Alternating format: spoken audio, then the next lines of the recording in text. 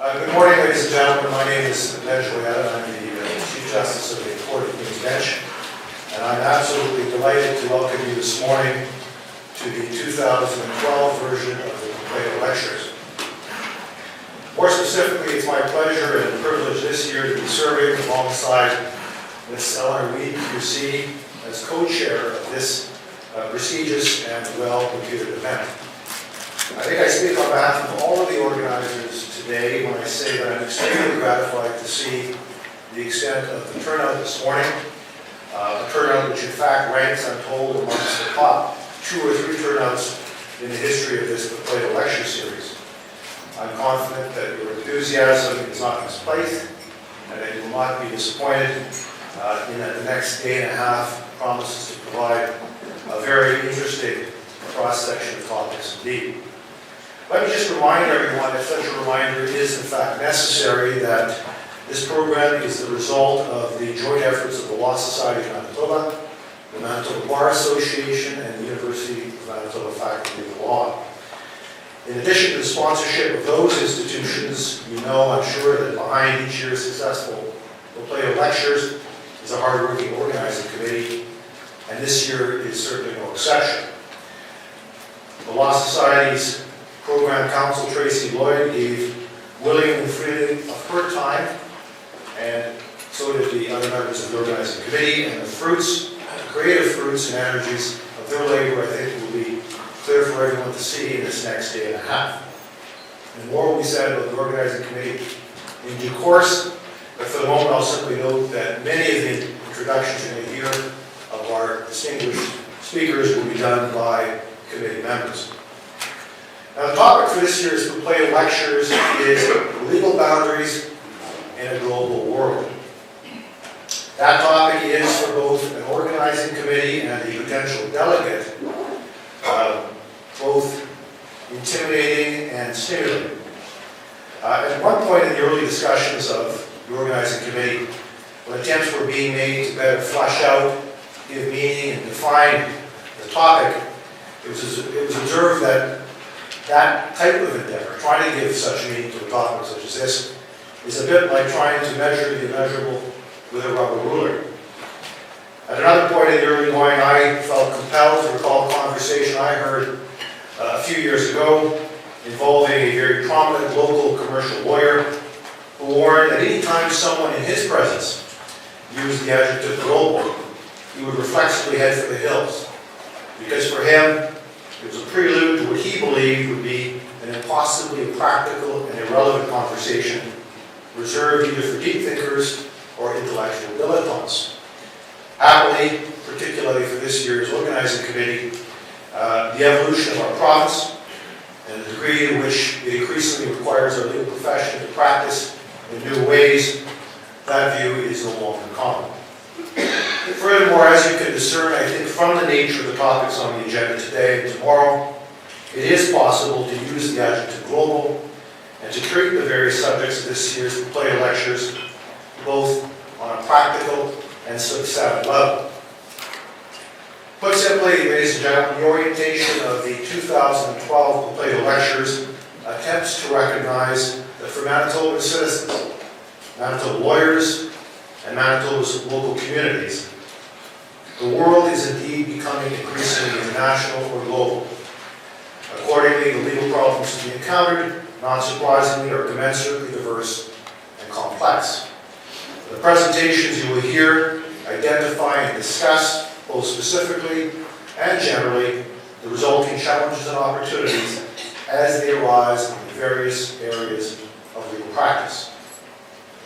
Now, the morning's agenda is an interesting one. We begin, of course, with our keynote speaker, who will be introduced in just a moment, followed by the topic of due diligence when dealing with global citizens and companies in Manitoba, followed by Manitoba's new Franchise Act, something old and something new, what to expect. Thereafter, the challenges of conflicting laws in a global setting, modern evolution of elects, and then we'll break for lunch. But before we begin with the introduction of our distinguished first speaker, let me very quickly deal with some housekeeping matters. First, let me remind you, if it's necessary, to please turn off your cell phones. Second, let me advise that there will be 2 standing open microphones in place for questions.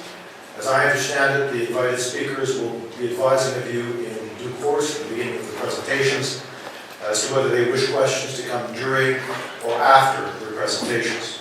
So ladies and gentlemen, without further delay, I'm now pleased to call upon my co-chair, Ms. Eleanor Weed, to introduce our first speaker.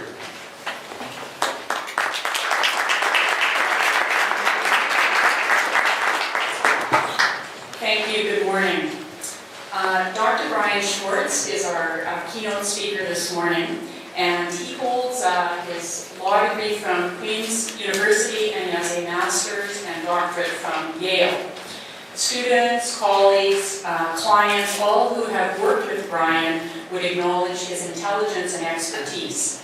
And we as lawyers are always concerned with the common man, and I think the common man would describe Bryan as scary smart. Bryan's CV is impressive, and when I read it, it was daunting and long, and so I've highlighted the things that I thought were worthy of mention.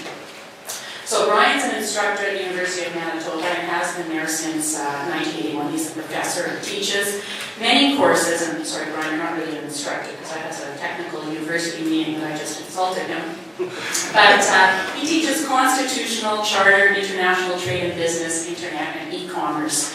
So all of those topics are completely relevant to what we're doing today.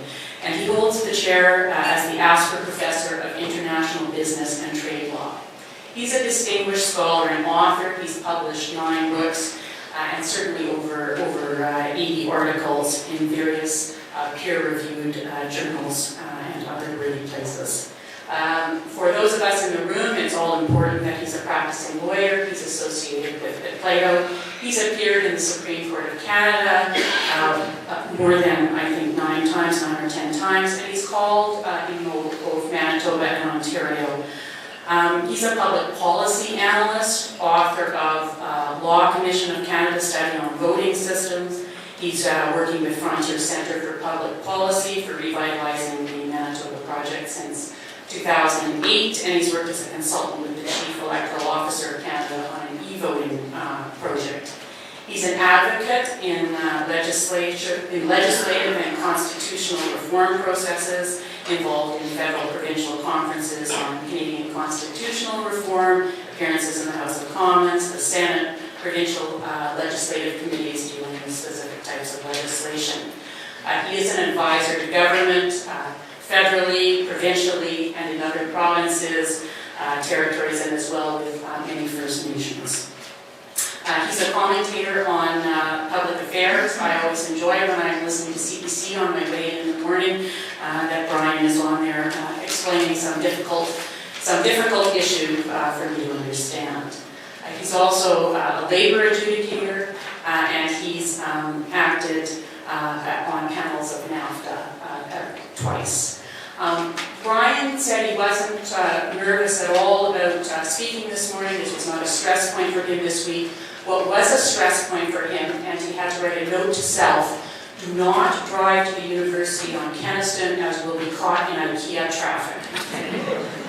Bryan is married to Beverly and she's here today, and he has 2 children. I think the legal profession and the faculty of law is extremely fortunate that Bryan has chosen to live and work and spend his career here in Manitoba. And it's with great pleasure that I welcome Dr. Bryan Schwartz to provide a keynote address on reinvigorating the world trade system.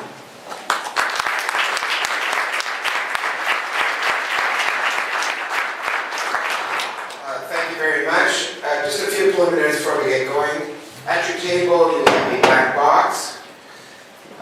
Inside there's a memory key with the Asper Chair logo, and on that you will find some of the materials for the conference that are also a reminder, the synopsis of the argument I'm about to make, and an executive summary of Admitted but Excluded, a book that we published just a few months ago, the relevance of which I will explain in the course of my remarks. There's some other material about the Asper Chair program as well. Very briefly, the Asper Chair was established in the year 1999 as the first endowed chair of the University of Manitoba. Since then, we've attempted to use those resources to promote our teaching program. We now have courses in international business law, international trade law, more recently in internet and e-commerce law, all branches of law that deal with transactions across borders, which is the theme of our conference. We introduced an experiential learning program several years ago on Israel and international law, where we take a couple dozen of our students to Israel in the spring, and they do a 3-week study program at Hebrew University in Jerusalem. We sponsored a number of conferences. We inaugurated the ASPER Review of International Business and Trade Law, which is quite well ranked among Canadian journals, and deals with the kind of subjects that we're doing with our conference here. I think you can buy a copy at the back if you're interested. And throughout, we've tried to integrate students in every aspect of our program. A lot of the scholarly work I do is with student research assistants, frequently with student co-authors. The book Admitted but Excluded, for example, credits a number of students as my co-authors on that project. And so we're grateful for the support we've had. We work closely, John Posios is here, from the Canadian Credit Management Chair, which focuses on enterprise law and supported a number of our activities, including the Franchise Law Conference. We'll be hearing shortly, I think, from France 8. On the topic of a book that John and I did together, which was Reforming that Code of Franchise Law. So, got a memory stick. In your printed materials, you'll find a synopsis of what I think I'm going to say. Other preliminaries, Eleanor didn't mention, by the way, I'm the owner, player manager for Lawyer Noel Messi, the indoor soccer team. We will be playing tomorrow at Bryan Schwartz, if anyone wants to see us. The very immodest proposal I want to make in this remarks is a set of ideas to revitalize the world trade system. Not an unambitious subject, and proposals I'm going to make might be considered quite bold. And in that context, I want to argue that Canada, our country, can play a leading role. So the topic I've undertaken for myself is quite daunting in and of itself. Placing Canada at the forefront of it is another challenge. There really truly is a joke among journalists, which goes like this. The most boring headline you could ever possibly conceive would be Worthwhile Canadian Initiative. And yet, I'm going to argue that Canada is uniquely placed to play a role in remaking the world trade system in the century ahead. Borders are the subject of our conference. Political boundaries very frequently serve as economic boundaries as well. If you want to move a good or service across an international political boundary, you're frequently faced with obstacles. You may have to pay a tariff, that's a tax on importing something. You may be faced with quotas, quantitative restrictions. You just can't bring in more than a certain number of objects across an international boundary. You may face all kinds of obstacles in selling your good in a stream of commerce in another country. You may find that the regulations in another country that address commerce in your project are intended to, even if disguised, or have the practical effect of limiting your ability to do business in another country. At the end of the Second World War, a number of visionaries attempted to create a new world order, and to some extent, at least in the economic area, largely succeeded. It wasn't so long ago that the European Union was awarded the Nobel Peace Prize. This provoked, from some quarters, a considerable amount of ridicule and derision. This followed by only a few years the United Nations receiving the Nobel Peace Prize. Similar response from critics. If you wanted to find a worthy winner of a humanitarian award among international organizations, I would, in all seriousness, nominate the World Trade Organization, the international body that regulates the series of treaties, that administers a series of treaties that promote open trade throughout the globe.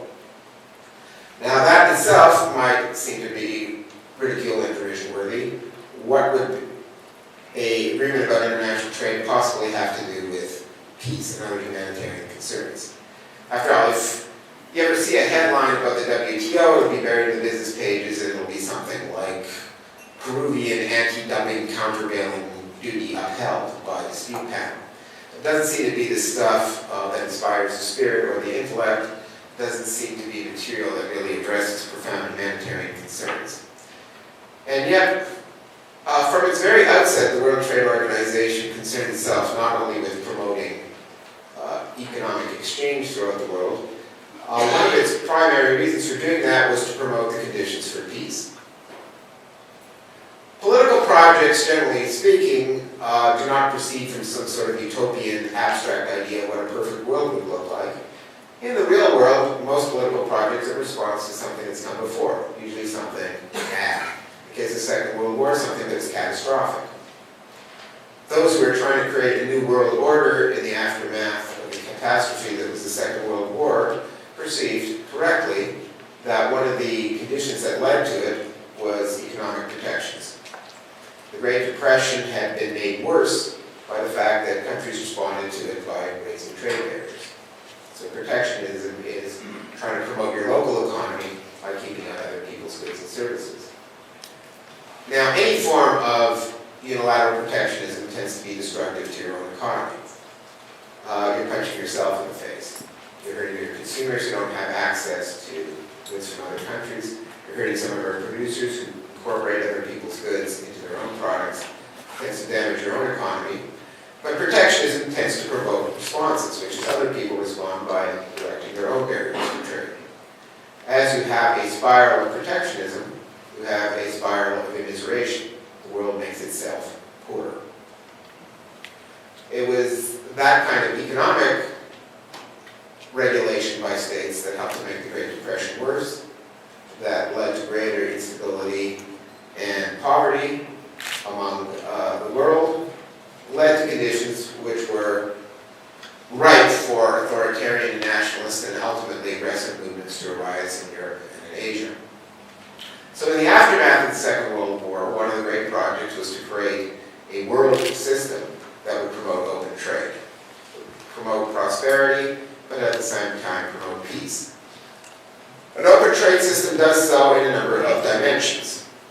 An open trade system promotes business across borders. If you've got business across borders, several meritorious things happen. One of them is, if I live in my country, I have a stake in the prosperity of a trading partner. You're buying stuff from me, you're selling stuff to me in my country. And if you do better, I do better. You're more prosperous, you got more stuff to sell me, you got more stuff to buy, more capacity to buy from me. If countries have a mutual interest in each other's prosperity, that promotes more peaceful relations rather than destructive ones. If countries are doing business with each other, you tend to see the development of a web of relationships between them. Doing business with another country, I have an interest in actually talking with and meeting the people there, whether it's business technologies or traveling there. I have an interest in learning something about their economy and society and politics.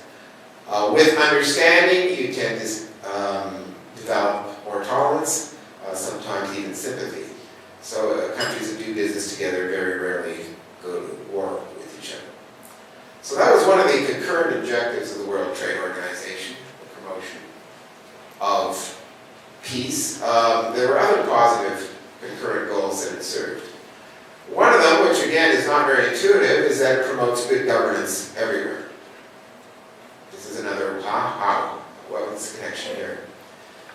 Well, open trade agreements reduce protectionism. Protectionism largely consists of measures such as tariffs, quotas, subsidies that are targeted to benefit particular industries and not others.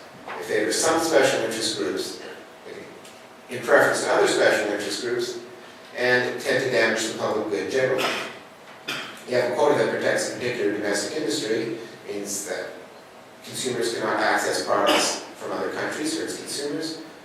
It may hurt producers who incorporate foreign imported goods into their own production. If you look at Canada's customs schedule and ask yourself, why are there very high tariffs on some goods and why is there very low tariffs on others, I would define anyone to come up with a rational political science argument for that.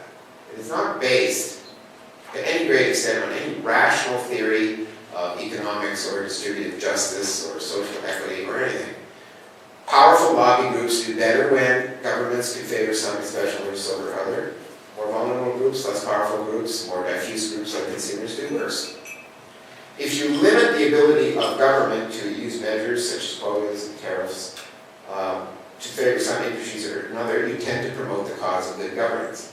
If government wants to promote the economy, it can do more rational things, build up infrastructure, roads and bridges, invest in education and training, provide a regulatory environment that's rational, predictable, fairly administered, and less attempt to favor some particular interests over others.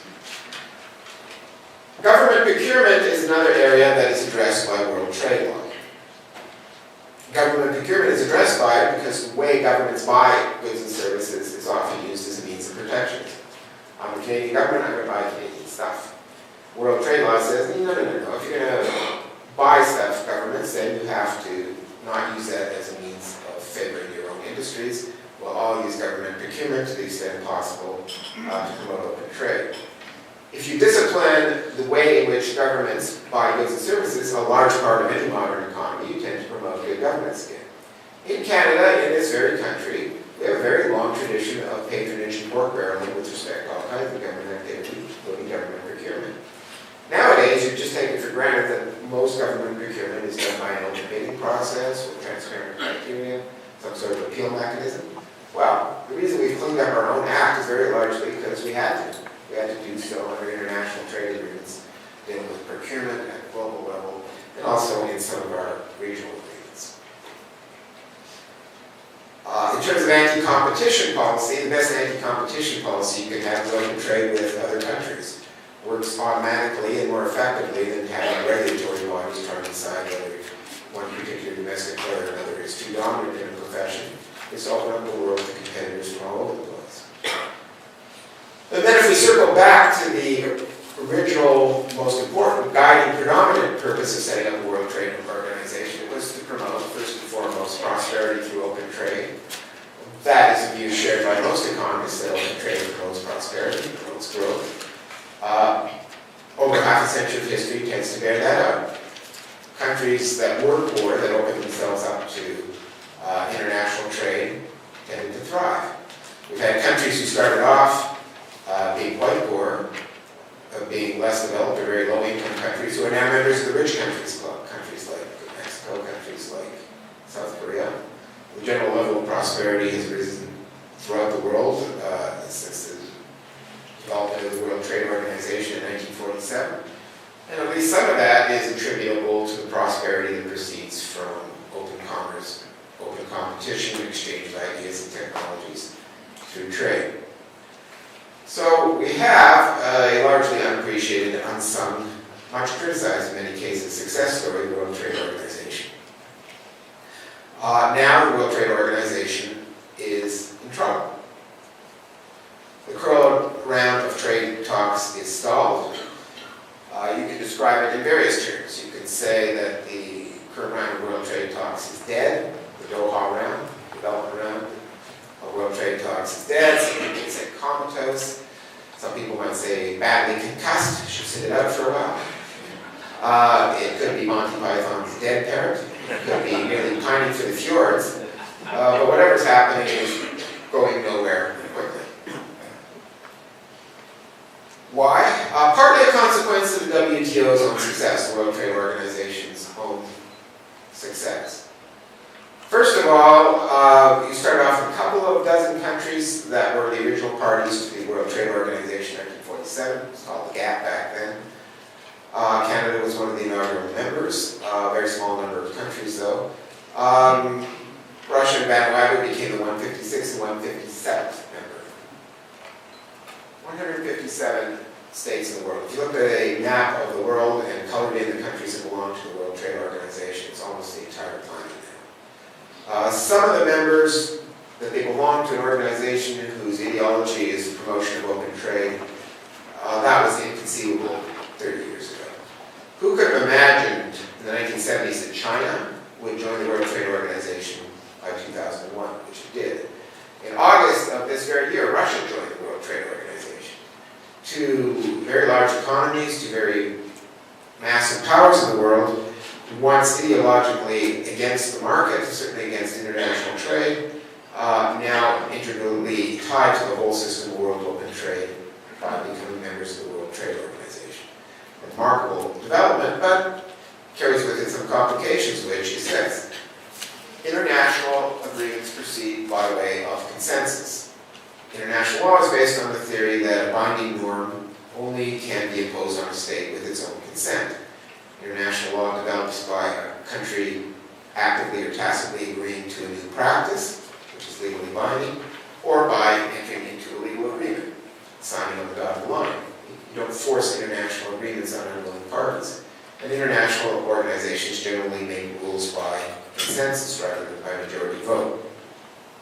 That being the case, you can imagine it's not that easy to win consensus when you have 157 parties at the table. Complication number one. Complication number two, that is the product of the WTO's own success, is the issues are more complicated and broader in scope. In 1947, the original WTO, the General Agreement on Trade and Tariffs, dealt with goods. There was one agreement. It addressed goods, and that was the be-all and the end-all of the very first agreement. Now there's a whole family of agreements that the World Trade Organization administers. In 1994, for example, the World Trade Organization for the first time introduced the dimension of services into the world economic system. Services are what you engage in as lawyers: professional services, transportation, communication. Most of the domestic product of an advanced country, economically like Canada, is now the services sector. It was only in 1994 in the Uruguay round that services won a secure place in the system of rules that the GATT administers, and now there's a general agreement on trade and services. And I'll talk a bit more when I get to the reformist part about how that dimension of trade can be advanced at the global level in the way we propose. But General Agreement on Trade and Services is combined with a whole lot of other agreements that extend the scope of the global trade system, or which define terms, or in 1994 provided for a dispute settling mechanism, brought the rule of law to the system. All good things, but good things that make complicated trying to negotiate the next round of expanding the scope of the agreement, addressing uncertainties, and so on.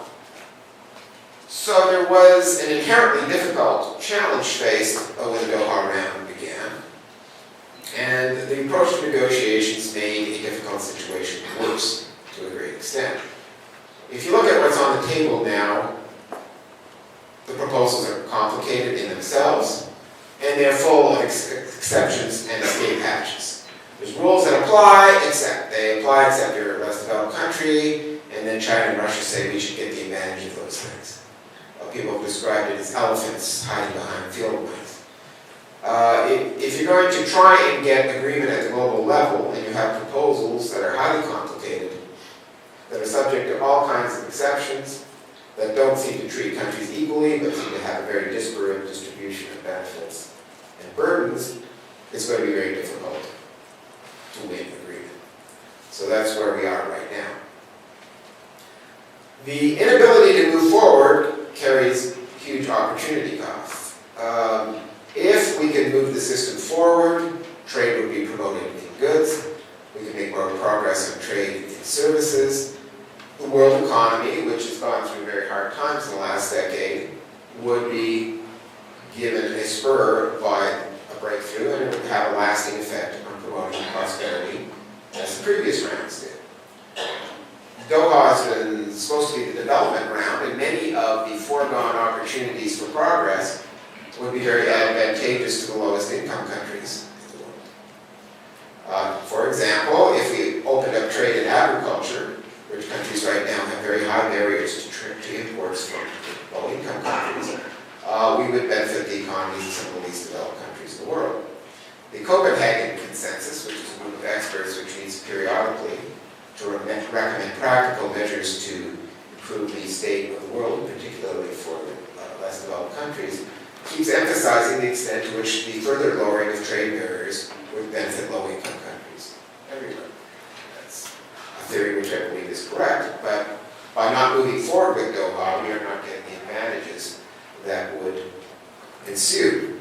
But it's not only a question of not moving forward. In international trade law, there's what's called the bicycle theory or the shark theory. You move forward or you fall over. Bicycle, you gotta keep moving forward or you don't have a gyroscopic effect, bike falls over. Sharks, apparently, I'm not an expert on marine biology, but I understand that sharks have to move forward to breathe. So people have said in international trade agreements, you either move forward or you retrogress. Is this true with global talks? It's dramatically true. And the major area of retrogression, in fact, an area of disintegration, is the rise of bilateral and regional free trade agreements. So let's go back a step.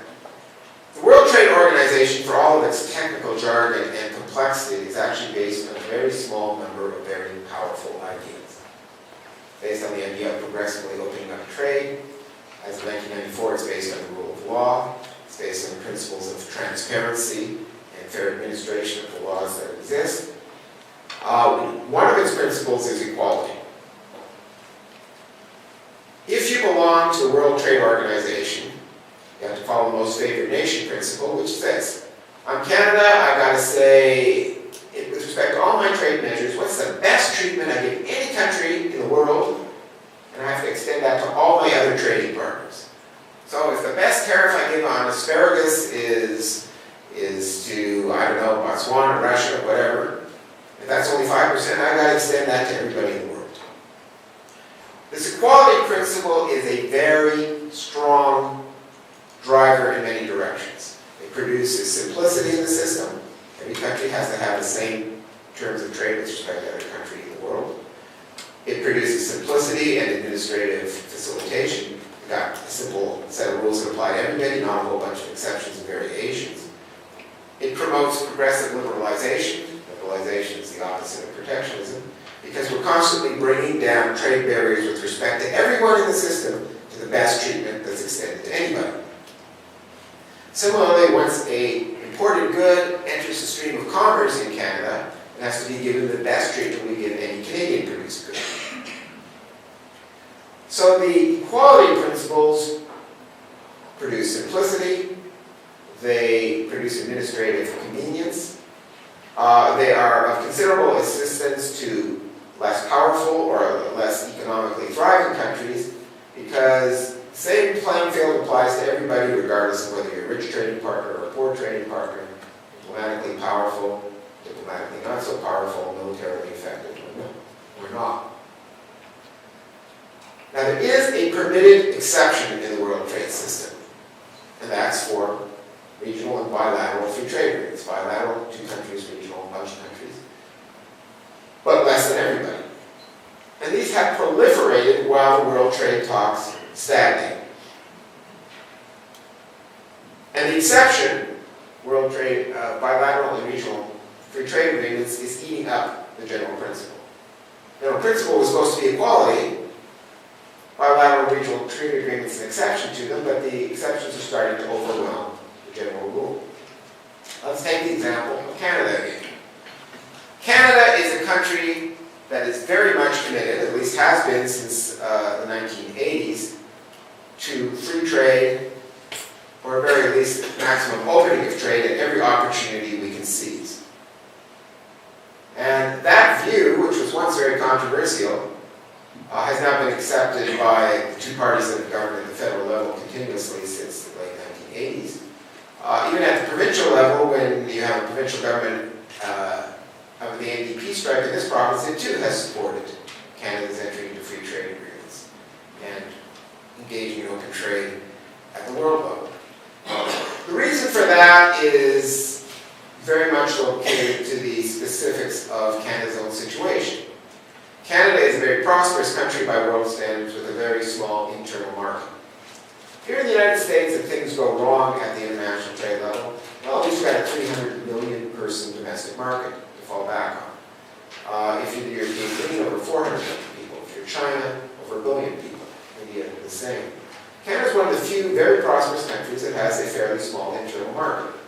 And so it's very much in our interest, if we want to continue thriving and growing, to make sure that we have secure access to much larger markets than our own. That was the theory of the McDonald Royal Commission that recommended U.S.-Canada free trade. continues to be the operating theory for governments ever since.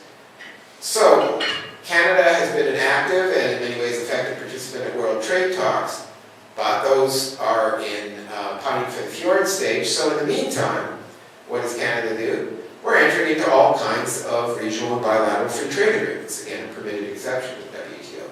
And just look at the scope of what we're doing. We've got NAFTA, Canada, United States, Mexico. We've got a few bilateral deals, Peru, Colombia, for example, Chile in South America, Jordan and Israel in West Asia. But most of our efforts are going into things like free trade area of the Americas, all of North and South America. We have embarked on free trade negotiations with the entire European Union. We just started in the last few weeks embarking on free trade negotiations for the Pacific Rim. And if you look at who we're negotiating free trade agreements with, it's generally with other economic powerhouses, which makes sense from a very practical material perspective. It takes a lot of energy, a lot of political energy, technical energy, diplomatic energy to negotiate these free trade agreements. They're long, they're technical. You'll tend to do business with your biggest trading partners. Now let's look at some of the consequences of this proliferation of bilateral and regional free trade agreements. Well, it's advantageous if you are a free trade partner with another country, but what if you're the third-party country on the outside looking in? As a free trade agreement, say, makes it easier and more profitable to do business within NAFTA, what if you're on the outside of NAFTA and you have to compete with Mexican and United States producers for the Canadian market? You're now at a disadvantage. So bilateral agreements, regional free trade agreements, can actually damage trade flows with people who are outside of them. Frequently, the states on the outside of the system are going to be the lowest income countries, for the reasons I just mentioned. If you're looking at who's doing free trade deals with whom, it's economic powerhouses tending to do business with economic powerhouses. The regulatory conditions for trade are going to get way more complicated. You're not going to have simplicity and coherence. You're going to have a bewildering excrescence of complicated rules. Canada has all kinds of complicated rules dealing with the rules of origin and labeling. Why? Well, we want to know if a computer coming in from the United States should get the benefit of the US, Canada, Mexico free trade deal. Okay. Well, is this an American-built computer? Components came from Taiwan, or maybe some came from the Philippines, or who knows where.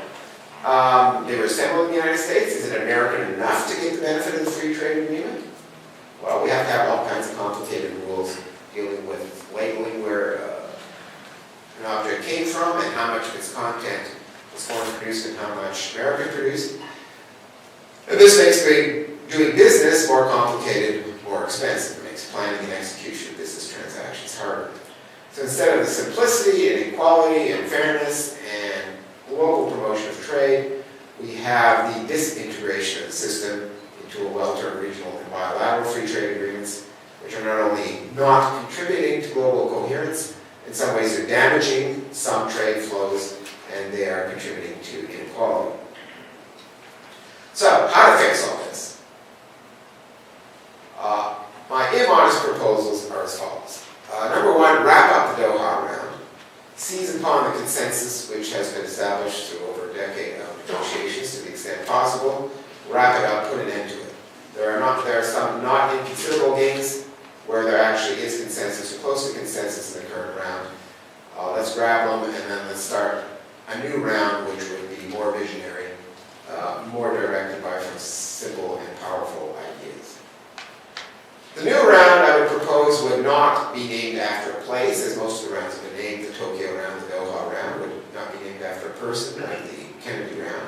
I guess they want to call it the Schwartz round, right? But it should be called the World Free Trade Round. With respect to goods, the objective should be world free trade. Is that an impossible dream? Actually, it's quite achievable. In 1986, the average level of applied tariffs throughout the world was 26.3%. 1986. Roll the clock forward to 2010, not so long. The average applied level of tariffs in the world is 8%. 2/3 of the average tariffs throughout the world have been eliminated in less than 2 decades. would it be to squeeze out that last third? I'm not saying it's the easiest thing to do in the world, but it's far from impossible. And think about this. With all these countries already entering into bilateral and regional free trade agreements, a lot of countries are used to dealing with free trade with respect to a number of trade partners already. So again, squeezing out that last amount of protectionism and getting to world free trade is rendered more doable by the fact that there are now a number of regional bilateral free trade agreements. If we raise the global level to world free trade, then we've subsumed to a very large extent the principles in the regional bilateral agreements and restored coherence and simplicity and equality to the system. With respect to world free trade, it is absolutely crucial that we incorporate into that concept agricultural goods. Trade in agricultural goods has lagged all others in terms of liberalization. There is a concern with food security, the idea that everybody in the world should have secure access to sufficient and safe food supplies, but that is much better served by a world open trade system than it is by protectionism. You're having drought or pestilence in your country, you're way better off if you've got an open trade system in the world and you can buy needed products from other countries and you have established lines of supply because you're used to doing business with them. And the prices are lower because when you have open trade, you have competition, prices drop, you don't have to factor in the cost of duties and other barriers, which lowers the cost. Export industries, as I mentioned, in places like less developed countries would greatly benefit from having access to countries' enriched markets in a world open trade system. Now, we've lagged in liberalizing agriculture compared to all other sectors involving goods, but the same principle should apply in the world free trade round. The destination should be clear and definite, world free trade in agricultural products. We could allow a longer phase-in period, maybe 20 years rather than 10 to get to world free trade in agriculture, but the destination should be clear and definite, and there should be a well-defined time frame in which to achieve it. Might have to be arrived at by steps. Maybe each country has to lower their barriers by 5% a year for 20 years, but proceeding by steps often enables countries to adopt adequate adjustment programs and to overcome some of the political objections that they would otherwise find insurmountable. So those would be my proposals with respect to goods. We would have a world free trade round. With respect to services, Doha marked the first time the World Trade System incorporated services into its fabric. It did so in a salutary way, just by introducing the concept into the system for the first time, but cautiously, and probably necessarily so, given that it was all new. But the way services worked is an opt-in system. It is a service like architectural services or legal services open to free trade under the General Agreement on Trade and Services. Well, there's no principle that automatically applies to give you the answer to that. There's a set of world open trade rules, but they only apply to the extent that a country lists the service on its schedule. You have to send a memo to world. From now on, Canada accepts open trade principles as applying to architectural services. So it has to be opted in selectively on a country by basis with respect to particular sectors. As you can imagine, progress is therefore very slow. With respect to services, therefore, my proposal would be, in the World Free Trade Round, we identify some ripe areas for liberalization, some areas like accounting or telecommunications, where for various reasons, immediately moving to open trade at the global level might be more doable. And we should have a top-down approach to those services rather than selective opting in. That's what can be done with respect to services. There is a third dimension of world open trade, and that dimension is investment. Several decades ago, an attempt was actually made to have a world agreement on investment. It would have been a multilateral agreement on investment. It succumbed to political criticism. It was portrayed by left-wing groups as a charter of rights for multinationals, Magna Carta for Exxon. Actually, that was not an entirely fair criticism. Free movement of investment capital would benefit the world, would benefit lower income countries, the same way as free movement of goods and services. But the agreement died, it has not been revived. My proposal would be, let's look at this proliferation of bilateral investment agreements. There's over 2,000 in the world now. Canada just signed a bilateral investment agreement with China. Let's Let's distill the key principles. Let's put them in a much simpler, revived multilateral investment agreement. But let us combine it this time with a balanced package of agreements. We can have a trio of agreements, one on multilateral agreement on investment, a second one on the elimination of corruption in international business transactions. As you're doing investment throughout the world, you don't get to bribe local officials. And a third agreement, which would be guidelines for corporate social responsibility for multinational corporations. Again, is this an impossible dream? Actually, it should be quite doable. The Organization for Economic Cooperation and Development already has excellent models of an anti-corruption treaty and of guidelines for multinational corporate social responsibility. Those systems have been in place for some years. Canada is a party to them. They're already in place. They're already used by the rich countries. It should be possible to incorporate those into a balanced package of agreements. The fourth dimension of world free trade is one in which the least progress has been made historically. It is the conceptually most difficult, and that would be free movement of people. There is no philosophical or political consensus on that by any means. A few people, like Andrew Coyne, has bravely written that the mere accident of geography should not determine who gets to be a Canadian. Anyone in the world should in principle be able to become a Canadian if you're willing to live under our Constitution. Most people aren't there. Most people probably think that in principle there should not be world free movement of individuals. There are a few places where it happens. The European Union has free mobility of people. Even in Canada, by the way, it's taken us many decades of confederation to get to relatively free movement of people within our own economic union, largely thanks to the Canadian Agreement on Internal Trade. So we can only think practically about some fairly modest first steps, but even introducing the movement of people into the system would be a step forward. And my nominee would be to make a cautious first step, but a significant one in the area of treatment of migrant workers. For the first time, the global system could deal with labor mobility in some way, and an appropriate candidate would be to ensure that migrant workers, a very large part of the economy of developed countries, are treated in a humane and transparent fashion. So we could, in a world free trade round, try and have a balanced package of openness and address humanitarian concerns as well. Canada could be a leader in that project for a number of reasons. We're a founding member of the WTO. We're well respected for the technical expertise we bring to these discussions. We are also party to a raft of regional and bilateral free trade initiatives, and if Canada, which is party to all these side deals and side negotiations, says, let's make the world system work again, that would carry some extra resonance. In order to enter into those negotiations with clean hands, to enhance our own stature and credibility, there's a number of steps we could take. With respect to goods, we can certainly clean up our act with respect to agriculture, and particularly with respect to supply management. Canada continues to benight itself with antiquated supply management systems in areas like eggs, milk, and poultry. You can only produce these goods if you've got a very expensive permit. They're traded on the market, they cost hundreds of thousands of dollars. We have severe barriers to importing these goods. Every consumer in Canada is paying 1.5 to 3 times what they should be for these goods. That includes low-income people who have to pay extra for staples of life because of this system. We should be doing what a comparable country like Australia did a decade ago, which is to say enough. We will proceed in a measured manner to have open trade in these goods just like we have in the rest of our economy.